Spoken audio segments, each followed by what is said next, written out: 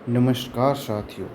क्या हो अगर आपको 16 वर्ष की आयु में ही सरकार के द्वारा ये मान्यता दे दी जाए कि आप भी सरकार चुन सकते हैं, यानी कि आप भी वोट कर सकते हैं। जी हाँ साथियों, ऐसा मैं इसलिए कह रहा हूँ क्योंकि ग्लोबली ऐसा हो रहा है। तो अब बात आती है, जब वर्ल्ड वाइड कुछ देशों में इस तरह की घटनाएं हो रही हैं, तो बात आती है कि इंडिया भी क्या रिड्यूस करेगा इट फर्दर टू 16।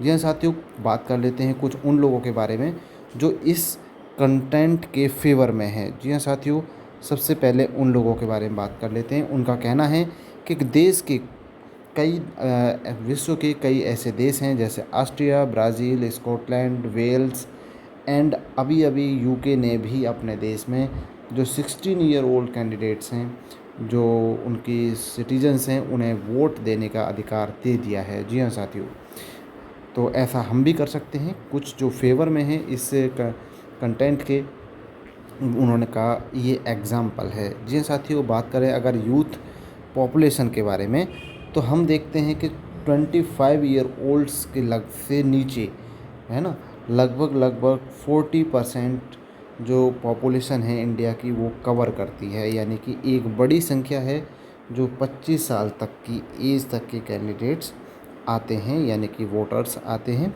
तो लार्ज नंबर है, एक बहुत बड़ा संख्या है जो कि किसी भी देश के डेमोक्रेसी में काफ़ी अच्छा रोल प्ले कर सकता है। नेक्स्ट आता है कि मैच्योरिटी के बारे में। जी हाँ साथियों, क्या हम उन लोगों का मानना है जो लोग फेवर में हैं, हम उनके बारे में बात कर रहे हैं। क्या उनका कहना है कि आज का जो 16 ईयर ओल्ड नौजवान है वह काफ़ी एक्टिव है ऑनलाइन, यानी कि उसे पॉलिटिकली जो चीज़ें हैं, पॉलिटिकली घटनाएं हैं और अपना नेता चुनने के प्रति वो अवेयर है।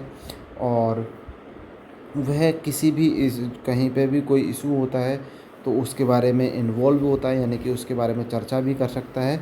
जैसे कि अगर कहीं पे क्लाइमेट चेंज होता है तो हम देखते हैं काफ़ी यूथ है वो आगे बढ़ के आता है। एजुकेशन के फील्ड में भी जो कई ऐसे मामले सामने आए हैं जो सामने निकल कर आ रहे हैं कि वे भी इस 16 एज तक के कैंडिडेट्स भी संभाल सकते हैं कमान को। और अनएम्प्लॉयमेंट के बारे में भी देखें तो यहाँ तक हम इस चीज़ को समझ सकते हैं। अब बात कर लेते हैं कि रेस्पॉन्सिबिलिटी रहेगी या उनका राइट रहेगा, क्योंकि कुछ देशों में ये देखा गया है कि ऑप्शनल रखा गया है। तो ये हमारी रेस्पॉन्सिबिलिटी है या राइट है, इसके बारे में बात करते हैं। अगर आप 16 ईयर ओल्ड्स हैं तो इनका जो जो फेवर में हैं लोग, उनका कहना है कि जो 16 ईयर ओल्ड के जो नौजवान हैं वो किसी भी काम को, यानी कि अपने रोज़मर्रा के जीवन के किसी भी काम को करने में सक्षम हैं। वह डायरेक्ट नहीं लेकिन इनडायरेक्ट पे भी करते हैं जीएसटी ऑन परचेज, यानी कि टैक्स भी देते हैं सरकार को इनडायरेक्ट, जैसे कि दुकान से कोई भी सामान खरीदना वगैरह वगैरह। इसके अलावा अगर हम बात कर लेते हैं कुछ ऐसे कामों के बारे में जैसे कि हीनियस क्राइम। जब हीनियस क्राइम के बारे में बात करते हैं तो निकल के आता है कि वहाँ पर एज लिमिट को घटा दिया गया है। जी हाँ साथियों, पहला 18 था कि 18 की एज तक का अगर 18 प्लस कोई हीनियस क्राइम करता है तो उसे उसे पूरी सज़ा मिलेगी। लेकिन अब कुछ चेंजेस लास्ट में देखे गए तो अब इसे घटा करके भी 16 कर दिया गया, ख़ासतौर से 2015 में। जी हाँ साथियों, ये सब जो वे लोग हैं जो फेवर में हैं, लेकिन कुछ ऐसे भी हैं जो अगेंस्ट हैं, उनकी बात भी हमें सुन लेनी चाहिए।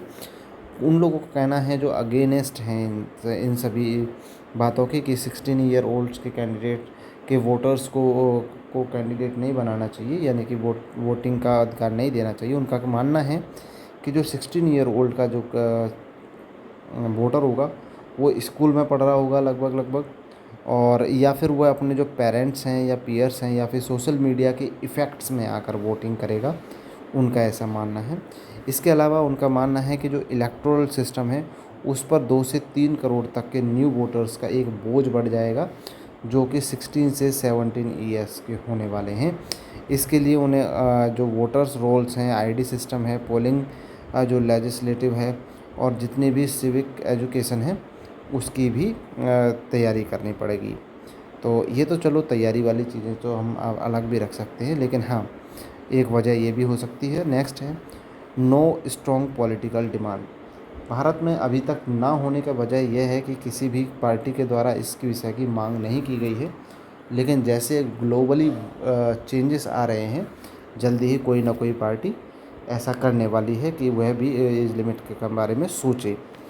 एज ऑफ मेजोरिटी, अब उनका मानना है कि एज ऑफ मेजोरिटी नहीं है। Under most Indian laws, Bharat के मोस्टली जो लॉज हैं उनमें 18 एज रखी गई है एडल्टहुड के बारे में। तो यहाँ तक कि वोटिंग के लिए भी है, या फिर कोई लीगल कॉन्ट्रैक्ट होता है, शादी होती है, और या फिर ड्राइविंग लाइसेंस होता है, इन सभी कामों के लिए जो लीगली एज रखी गई है लॉ के द्वारा वो 18 वर्ष रखी गई है। तो एक मायना यह भी यहाँ पर माना जा रहा है जो अगेनेस्ट हैं इस आर्ग्यूमेंट के। वहीं बात कर लेते हैं कि ऐसा कर भी सकते हैं क्या हम।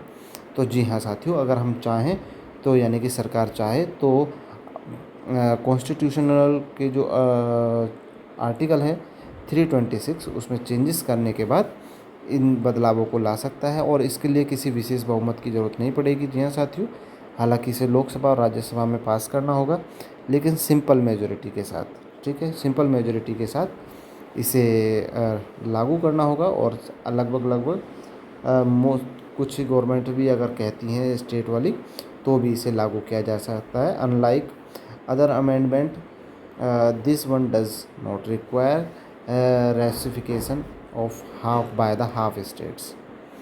नेक्स्ट है अपडेट इलेक्शन लॉज, और केवल इसमें करना होगा कि जो हमारा जो इलेक्शन कमीशन है वो एक नया एक्ट लेकर आएगा, और उसके तहत उसे अपने आप में कुछ बदलाव करने होंगे, यानी कि नए डॉक्यूमेंट्स तैयार करने होंगे।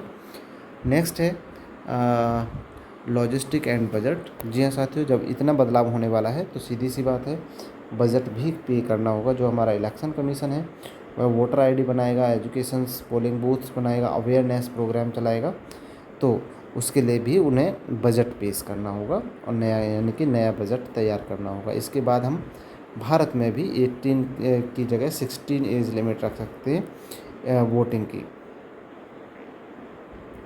तो विश्वास है कि आपको ये बात जानकारी अच्छी लगी होगी। इस वीडियो को आप साथ ही अपने दोस्तों के साथ शेयर करें, और मिलते हैं अगले वीडियो में। तब तक आप हमारे YouTube चैनल को सब्सक्राइब कर लीजिए। नमस्कार साथियों।